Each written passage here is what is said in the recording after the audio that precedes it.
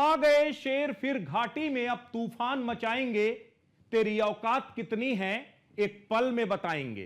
धोखे से किया वार तूने, हम सीना ठोक कर आएंगे। नमस्कार, मैं हूं ब्रजेश श्रीवास्तव और आप देख रहे हैं खबरों का थर्मामीटर। आज बात होगी पाकिस्तान के खिलाफ जंग ऐलान की।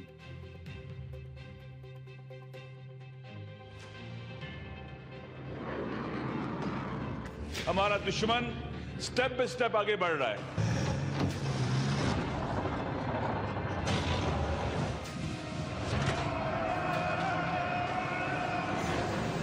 इंडिया ने ये काम किया तो इस दफा टिट फॉर टैट होगा, ईंट का जवाब पत्थर से दिया जाएगा इंशाल्लाह। इस बार भी कुछ ऐसा होगा जिसकी कल्पना किसी ने नहीं की होगी। पाकिस्तान पर हमला करते वक्त 10 बार सोचेगा तो उसकी वजह यह है कि अल्लाह ताला के फजल से पाकिस्तान आज एक एटमी कुव्वत है। पाकिस्तान के पास एटम बॉम्ब है। पाकिस्तान में तुम एक मलेरिया की दवा नहीं बना सकते। भारत बहुत आगे है, भारत से पंगा मत लो।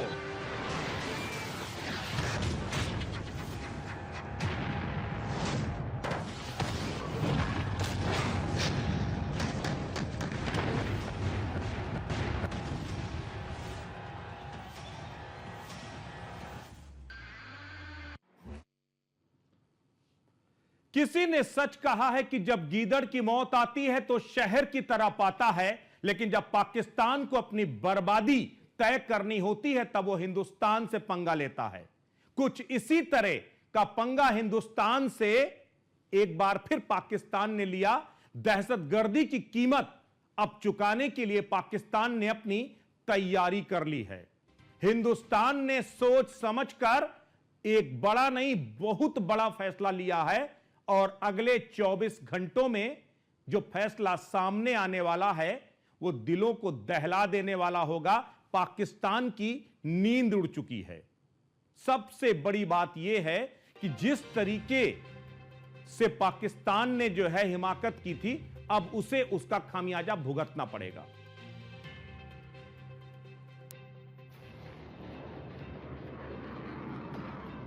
हमारा दुश्मन स्टेप बाय स्टेप आगे बढ़ रहा है।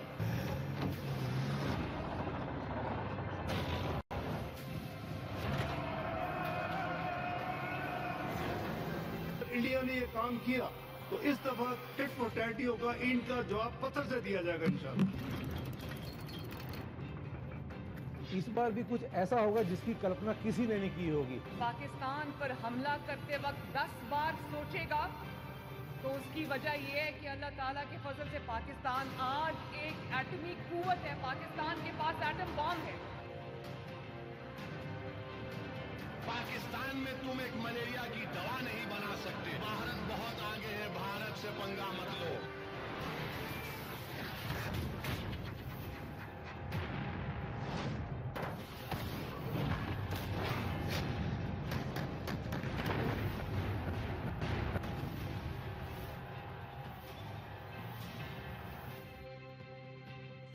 पाकिस्तान को उसकी गुस्ताखियों का जवाब देने के लिए सेना के तीनों अंग मिलकर अब पाकिस्तान को अंग भंग करने के लिए तैयार हो गए हैं।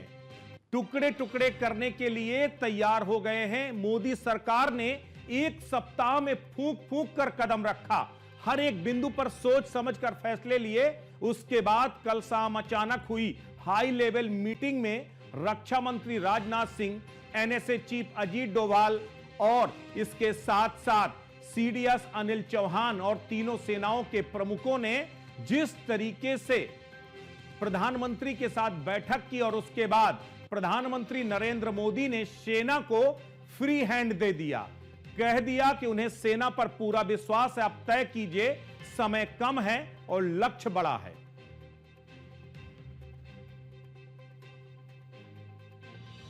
और इसी पर लगातार मीटिंगें हुई और उसके बाद अब देखिए, दरअसल सेना को जो फ्री हैंड मिला है उस पर रक्षा विशेषज्ञ क्या कहते हैं, जरा पहले एक बार सुनते हैं। अब उन्होंने अपना दायित्व निभाते हुए फेज 1 में उन्होंने एक बहुत बड़ा निर्णय लिया सीसीएस मीटिंग में, जो कहा उन्होंने कि तीनों फोर्सेस को, आर्म फोर्सेस को पूरी तरह से खुली छूट है।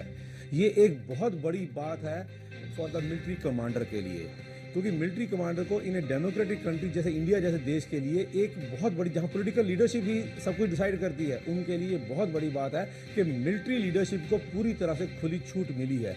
अब मिलिट्री लीडरशिप को बार बार अपने पॉलिटिकल लीडर से हर बात के पूछने के लिए आना नहीं पड़ेगा। मिलिट्री लीडरशिप डिसाइड कर सकती है अब हमने क्या करना है, कब करना है और कहां करना है। ये एक बहुत बड़ी बात है। तो ये मोदी जी के एक्शन प्लान का फेज 1 पूरा हो गया है। अब फेज 2 की बारी है। इस बार भी कुछ ऐसा होगा जिसकी कल्पना किसी ने नहीं की होगी, क्योंकि उरी और बालाकोट के टाइम एलिमेंट ऑफ सरप्राइज रखा गया था और था। अभी एलिमेंट ऑफ सरप्राइज का समय चला गया है, क्योंकि अब सबको पता चल गया और पाकिस्तान को पता है कि अब इंडिया कुछ करने वाला है, वो भी तैयार है। लेकिन हमने करना वही है जो उसको उम्मीद ना हो। अब उन्होंने तो करना वही है जिसकी पाकिस्तान को उम्मीद नहीं हो। प्रधानमंत्री नरेंद्र मोदी ने एक फैसला लिया और उस फैसला लेने के बाद जिस तरीके से सेना को फ्री हैंड दिया, उसके बाद आज 4 बड़ी बैठकें हुई हैं, एक के बाद एक 4 बड़ी बैठक। पहले सीसीएस की बैठक, फिर सीसीपीए की बैठक, फिर सीसीईए की बैठक और उसके बाद कैबिनेट की बैठक। इन 4 बैठकों में पाकिस्तान को सबक सिखाने की तैयारी पूरी हो गई। इसकी तस्वीर सरकार ने यूं तो अभी जाहिर नहीं की है, लेकिन आपको दिखाते हैं। पहले सीसीएस की बैठक, एक सप्ताह में दूसरी बार सीसीएस की बैठक हुई, उसकी गंभीरता को समझिए। सीसीएस की बैठक क्या होती है आपको यह भी दिखाते हैं। जो सीसीएस की बैठक में कानून व्यवस्था और आंतरिक सुरक्षा को लेकर के बड़े फैसले होते हैं, विदेश मामलों से संबंधित नीतिगत मसलों पर फैसले लिए जाते हैं और सीसीएस की बैठक में परमाणु ऊर्जा और राष्ट्रीय सुरक्षा से जुड़े हुए फैसले लिए जाते हैं। इसी पर अभी पिछले सप्ताह प्रधानमंत्री नरेंद्र मोदी की अध्यक्षता में सीसीएस की जो बैठक हुई, उससे 5 बड़े फैसले हुए थे, जिसमें सिंधु नदी का समझौता रद्द करने का भी सीसीएस में फैसला हुआ था। एक बार फिर सीसीएस की बैठक हुई है, लेकिन इस बार सरकार ने साफ नहीं किया है। इस बैठक में प्रधानमंत्री नरेंद्र मोदी की अध्यक्षता में केंद्रीय गृह मंत्री अमित शाह, रक्षा मंत्री राजनाथ सिंह, वित्त मंत्री निर्मला सीतारमण, इसके साथ विदेश मंत्री एस जयशंकर, ये सभी नेता इस पूरे सीसीएस की बैठक में शामिल हुए। और सीसीएस की बैठक में अजीत डोभाल भी इसमें शामिल थे, राष्ट्रीय सुरक्षा सलाहकार जो एनएसए चीफ हैं, प्रधानमंत्री के प्रधान सचिव वो भी इस बैठक में शामिल। उसके साथ वित्त, रक्षा और विदेश और गृह मामलों के जो सचिव हैं वो भी इस बैठक में शामिल हुए। तो एक बड़ी बैठक हुई है। उसके बाद सुपर कैबिनेट, इसको सीसीपीए कहा जाता है, यानी cabinet committee on political affairs, जो बैठक हुई उसमें भी कई महत्वपूर्ण, क्योंकि आपको याद होगा 2019 में जब बालाकोट एयर स्ट्राइक का फैसला किया गया था, उस वक्त भी पहले सीसीपीए की बैठक हुई थी। सीसीपीए की बैठक में ही फैसला लिया जाता। सीसीपीए की बैठक में कड़े फैसले लिए जाते हैं, जिसमें केंद्र और राज्यों के बीच आपसी सहमति, राष्ट्रीय सुरक्षा, आर्थिक नीतियां, आंतरिक सुरक्षा, इन तमाम मुद्दों पर बड़े फैसले लिए जाते हैं। विदेश नीति से जुड़े हुए मुद्दों पर भी सीसीपीए फैसला लेती है। इसके साथ इंटरनल स्ट्रेटेजी भी इसी में बनती है। तो सीसीपीए की जो बैठक है, उस बैठक में कौन कौन शामिल हुआ? रक्षा मंत्री राजनाथ सिंह, अमित शाह,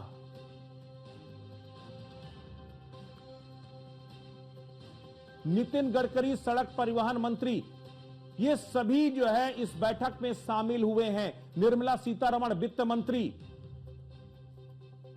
तो अलग अलग मंत्रालयों से जुड़े हुए वाणिज्य मंत्री पीयूष गोयल, बड़ी भूमिका है, चूंकि जाहिर सी बात है युद्ध होगा तो ट्रेड प्रभावित होगा, इसके लिए स्वास्थ्य मंत्री, हेल्थ एक बड़ा कॉन्सेस है, इसको लेकर के तो जो सीसीपीए में वो तमाम मंत्री शामिल हुए। नागरिक उड्डयन यानी एविएशन मिनिस्टर के राम मोहन नायडू भी इस बैठक में शामिल थे, जीतन राम मांझी एमएसएमई मिनिस्टर, तो ये सब सीसीपीए के मेंबर हैं जो सीसीपीए में शामिल हुए। सर्बानंद सोनोवाल शिपिंग मिनिस्टर, तो ये सभी सीसीपीए की बैठक में शामिल हुए। पर्यावरण मंत्री भूपेंद्र यादव,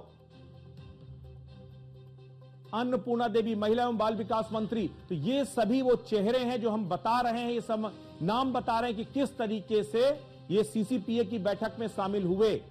और सीसीपीए की बैठक के बाद एक बैठक और हुई जो बेहद इंपॉर्टेंट थी, जिसको कहा गया सीसीईए यानी cabinet committee of economic affairs. ये तीसरी ये जो बैठक हुई है, एक के बाद एक बैठक हुई, जो आर्थिक नीतियों पर चर्चा हुई है, यह भी प्रधानमंत्री नरेंद्र मोदी की अध्यक्षता में हुई है।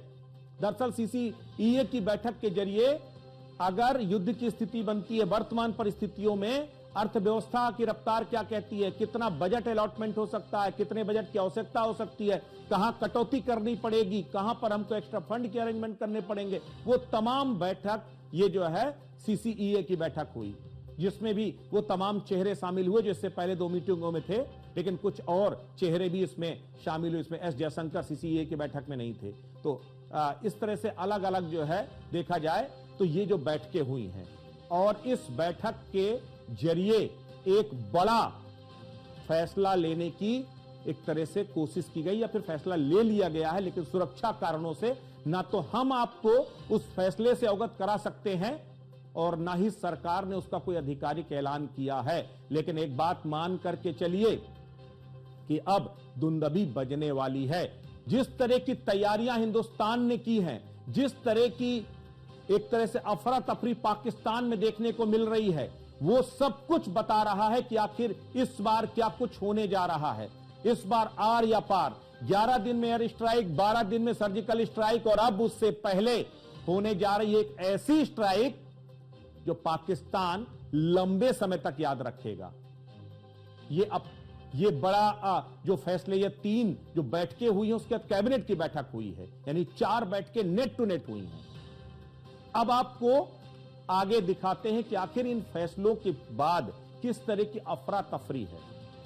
मोदी सरकार ने इस फैसले में एक और आपको बड़ा फैसला दिखाते हैं कि मोदी सरकार ने एक बड़ा फैसला लिया, उसमें राष्ट्रीय सुरक्षा सलाहकार बोर्ड में बदलाव कर दिया है। यह बड़ा बदलाव इस लिहाज से बेहद अहम है क्योंकि पाकिस्तान के साथ वॉर की स्थिति बनी है। राष्ट्रीय सुरक्षा को लेकर सही आकलन कैसे किया जाए, इसको लेकर के अब कहीं ना कहीं जो राष्ट्रीय सुरक्षा सलाहकार बोर्ड है, इसको रिवाइव किया गया है, और इसमें सेना के रिटायर्ड अधिकारियों के साथ रॉ के एक्स चीफ हैं, उनको इस बैठक में, इस पूरे बोर्ड में शामिल किया गया है।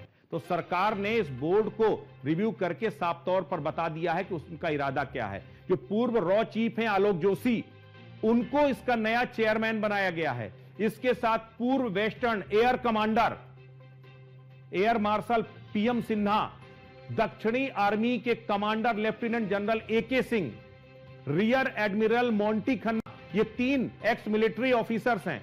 इसके साथ 2 IPS officer, ex IPS officer Rajiv Ranjan Verma और मनमोहन सिंह इस बोर्ड में शामिल किए गए हैं। इसके साथ एक रिटायर्ड आईएफएस ऑफिसर भी हैं, वेंकटेश वर्मा। इनको मिलाकर 7 सदस्यीय बोर्ड बनाया गया है, जो न सिर्फ एडवाइज देगा बल्कि उन तमाम संभावनाओं को भी परखेगा कि किस तरीके से राष्ट्रीय सुरक्षा को और मजबूत किया जाए, इंटरनल सिक्योरिटी को और मजबूत किया जाए। तो एक तरफ अब आपको यह हमने बताया कि भारत सरकार ने किस तरीके से मजबूत कदम उठाए, और उसके बाद अब आपको दिखाते हैं कि एक तरफ जहां भारत मजबूती के साथ फूंक फूंक कर कदम बढ़ा रहा है, वहीं भारत सरकार की ताबड़तोड़ ये जो फैसले लिए जा रहे हैं, जो बैठकें हो रही हैं, और सेना को नरेंद्र मोदी ने खुली छूट दे दी, उसके बाद पाकिस्तान के हुक्मरान पानी पानी हो गए हैं, घबरा गए हैं। भारतीय सेना को खुली छूट क्या मिली? अब तक परमाणु बम के हमले की धमकी दे रहे पाकिस्तान की घिग्गी बन गई है। आधी रात में पाकिस्तान के सूचना प्रसारण मंत्री रात को 2 बजे अचानक प्रेस कॉन्फ्रेंस करने लगे। भारत से डर उनको सताने लगा और प्रेस कॉन्फ्रेंस करके दुखड़ा रोने लगे। कह दिया कि पुख्ता खबर है, 25-30 घंटे में भारत हम पर हमला कर देगा, हमें बचा लो, अब हमें कोई और नहीं बचा सकता। पूरी दुनिया में भीख मांग रहे हैं, गुहार लगा रहे हैं कि पाकिस्तान को बचा लो, पाकिस्तान बर्बाद हो जाएगा। रात में 2 बजे सुनिए क्या कुछ कह रहे हैं, जरा पहले वो भी सुनाते हैं आपको। पाकिस्तान के पास मुस्तनद इंटेलिजेंस इतलात हैं कि अगले 24 से 36 घंटों में पहलगाम वाक़े से जुड़े बेबुनियाद और खुद साफसा इल्जामात को बुनियाद बनाकर भारत पाकिस्तान के खिलाफ फौजी कार्रवाई करने का इरादा रखता है। पाकिस्तान के पास परमाणु बम है, वो हम पर हमला कर देंगे। तो एक तरफ आप धमकी भी दे रहे हो, दूसरी तरफ हाथ जोड़ के घिघिया भी रहे हो। इतना ही नहीं, अब देखिए पाकिस्तान के एक के बाद एक हम आपको दिखाते हैं।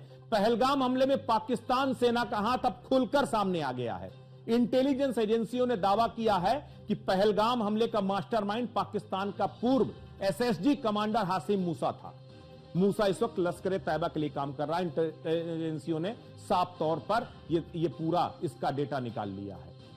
लेकिन अब आप सोचिए, एक तरफ असीम मुनीर हासिम मूसा को लश्कर तैयबा के पास भेज रहे हैं और उसके बाद अब सेना की पलटवार की तैयारियों को देखते हुए पाकिस्तान के हुक्मरान बयान दे रहे हैं। जरा सुनिए, इसाक डार और रक्षा मंत्री आसिफ ख्वाजा किस तरह सदमे में नजर आ रहे हैं। उन्हें भी भारत से अटैक का डर सताने लगा है। वो पाकिस्तान के पलटवार की दुहाई दे रहे हैं। हमारी फीडबैक है, जो हमारी इंटेल इनपुट है, वो इंडिकेट करती है कि ये कोई एस्केलेटरी मूव को भी कंसिडर कर रहे हैं। तो मैंने कहा ये आपका ये जिम्मेदारी है दोस्त होने के नाते, ये हम पहल नहीं करेंगे। लेकिन अगर किसी ने किया, अगर इंडिया ने ये काम किया, तो इस दफा टिट फॉर टैट होगा, इनका जवाब पत्थर से दिया जाएगा इंशाल्लाह। We are absolutely ready, at high alert. If there is a violation of our airspace or the violation on the ground, if we are engaged in any way on the seas, we are prepared to respond, inshallah. पहले दोस्त बनकर दोस्त की पीठ पर छुरा भोंकते हैं, फिर दोस्ती की दुहाई देते हैं। पाकिस्तान में बयान वीरों की कोई कमी नहीं है। बाबरी का ढांचा ढहे हुए 33 साल से ज्यादा का समय हो गया, लेकिन अभी भी पाकिस्तान को वो दर्द नहीं भूल पाया। पाकिस्तान की पीपीपी की एक सांसद पलवासा खान जो डींगे मार रही है, जरा वो भी सुनिए। और उसके साथ आपको पाकिस्तान के पंजाब प्रांत की मुख्यमंत्री और पूर्व पीएम नवाज शरीफ की बेटी मरियम शरीफ की डींगे भी जरा सुनाते हैं, जरा दोनों सुनिए।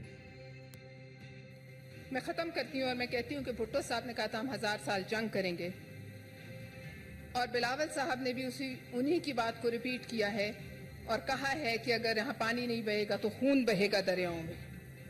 मैं सिर्फ ये कहूंगी कि वो वक्त दूर नहीं है कि जब बाबरी मस्जिद की पहली ईंट उसकी बुनियाद में पिंडी से एक आम सिपाही लगाएगा और उसमें पहली अजान पाकिस्तान का सिपाहसालार आसिम मुनीर देगा। बहुत शुक्रिया। आज इंडिया और पाकिस्तान के बॉर्डर्स पे टेंशन है, एक खतरा मंडला रहा है। फिक्र करने की जरूरत नहीं है। अल्लाह ताला ने पाकिस्तान को और पाकिस्तानियों को और पाकिस्तान की अफवाज को इतनी ताकत दी है कि वो दुश्मन का हर वार का मुकाबला कर सकते हैं।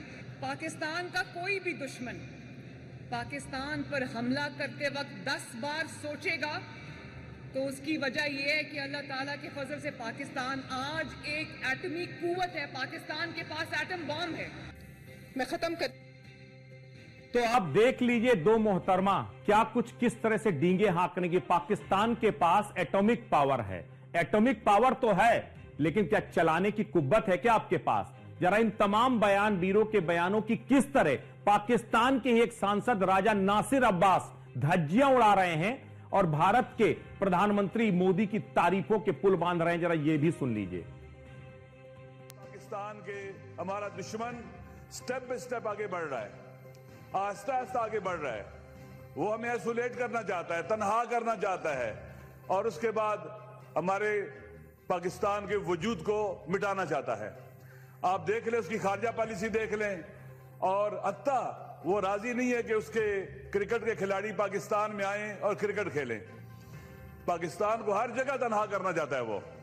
आप इकोनॉमिकल देख लें, सोशली देख लें, हर लिहाज से कई तरह की जंग शुरू की उसने हमारे खिलाफ। वो दहशतगर्दों को भी सपोर्ट करता है, मीडिया वार भी कर रहा है, नफ्सियाती जंग भी लड़ रहा है, कोग्निटिव वार भी कर रहा है।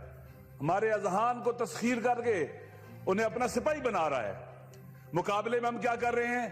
पीकॉक ला रहे हैं, हम अपनी मीडिया का गला घोंट रहे हैं।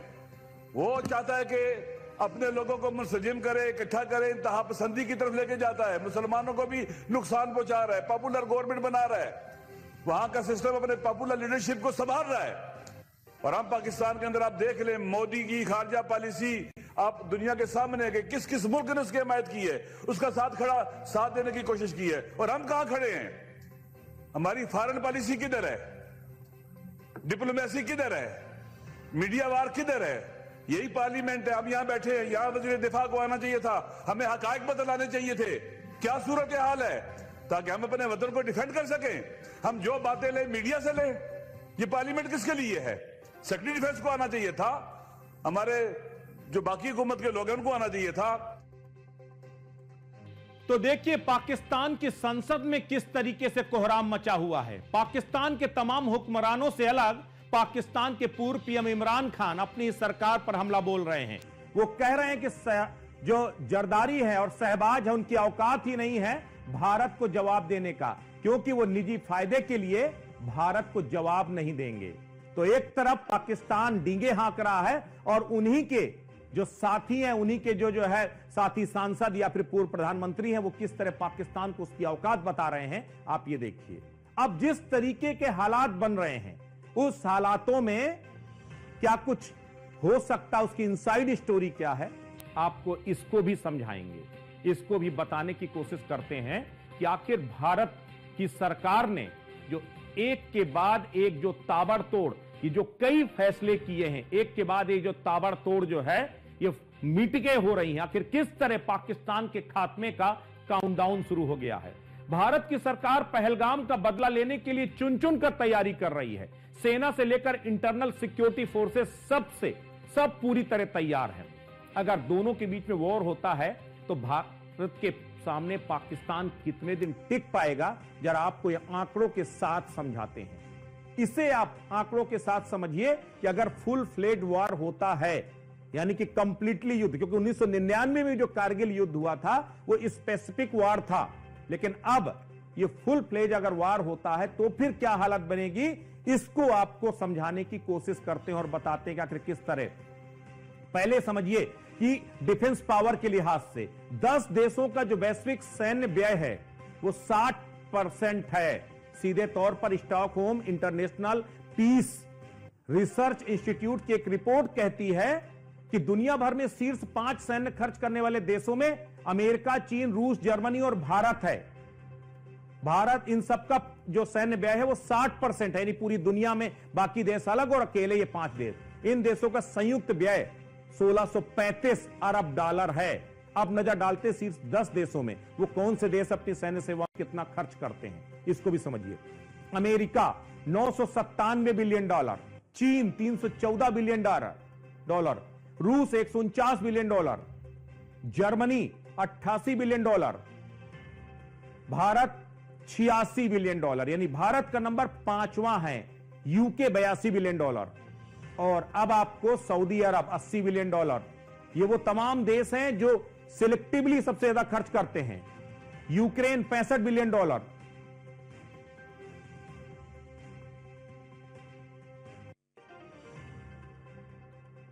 ये वो जो है तमाम, जापान 55 बिलियन डॉलर।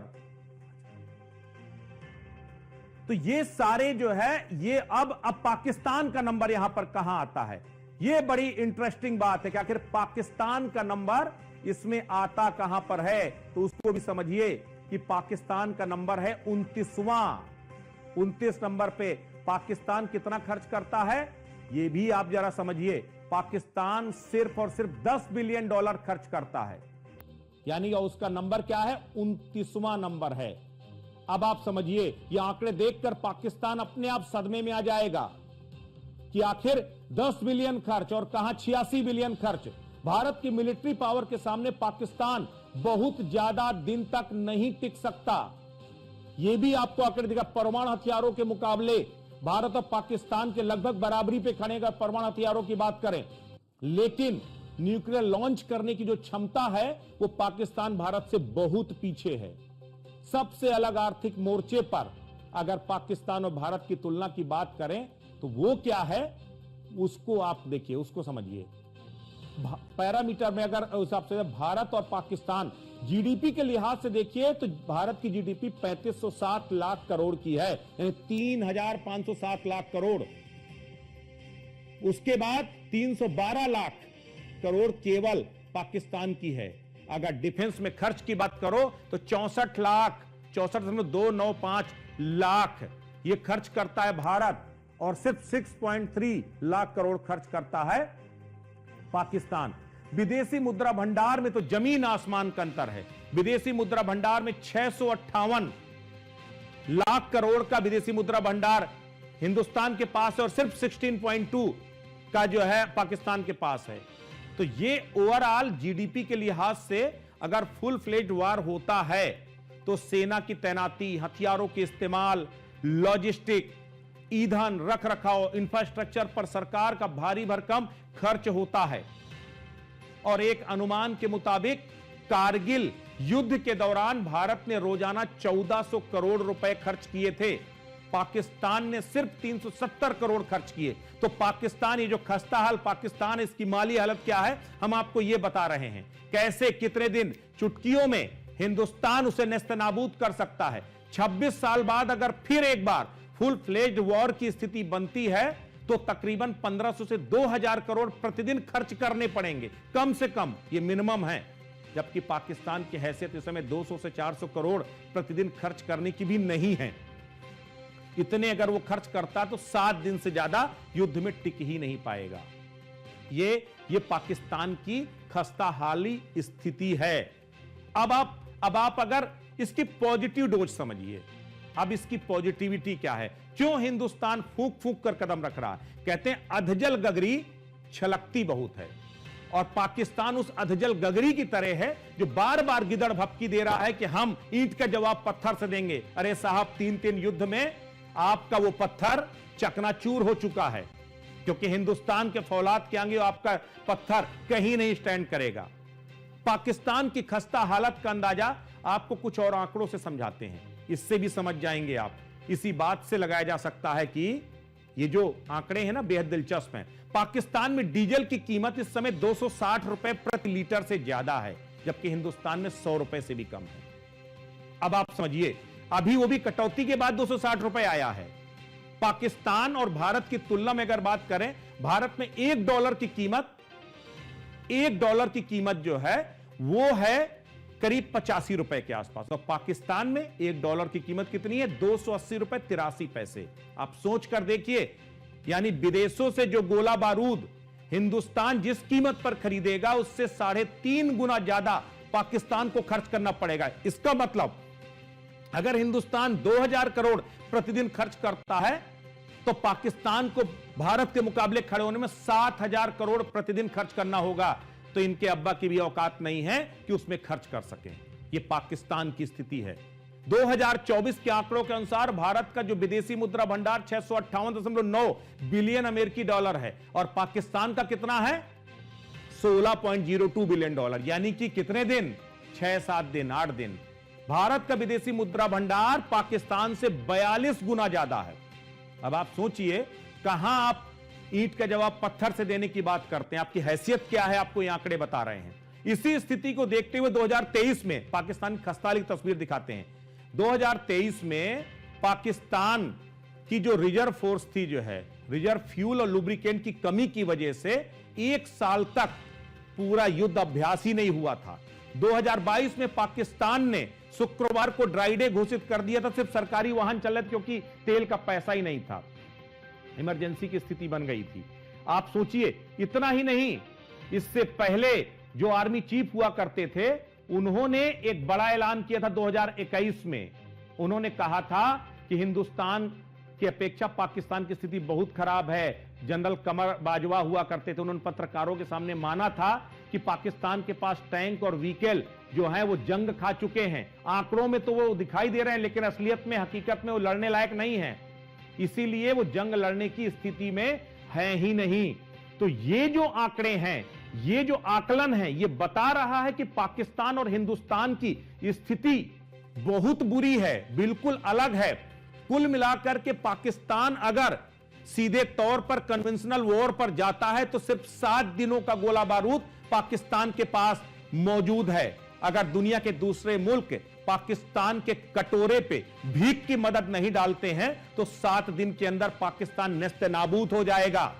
यह पाकिस्तान की हैसियत है, और इसीलिए हिंदुस्तान बार बार कह रहा था कि बाज आ जाओ अपनी नापाक हरकतों से, लेकिन दुष्ट पाकिस्तान है कि मानता ही नहीं।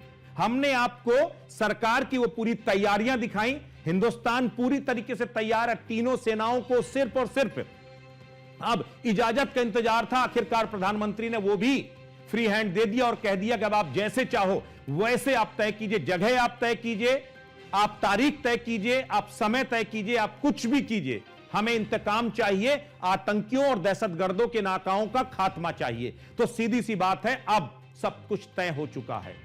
हमने आपको ताकत दिखाई, हमने आपको पूरी जो स्थिति अभी तक चली वो दिखाई। अब आप खुद तय कीजिए कि पाकिस्तान भारत के मुकाबले कहां ठहरता है। नमस्कार।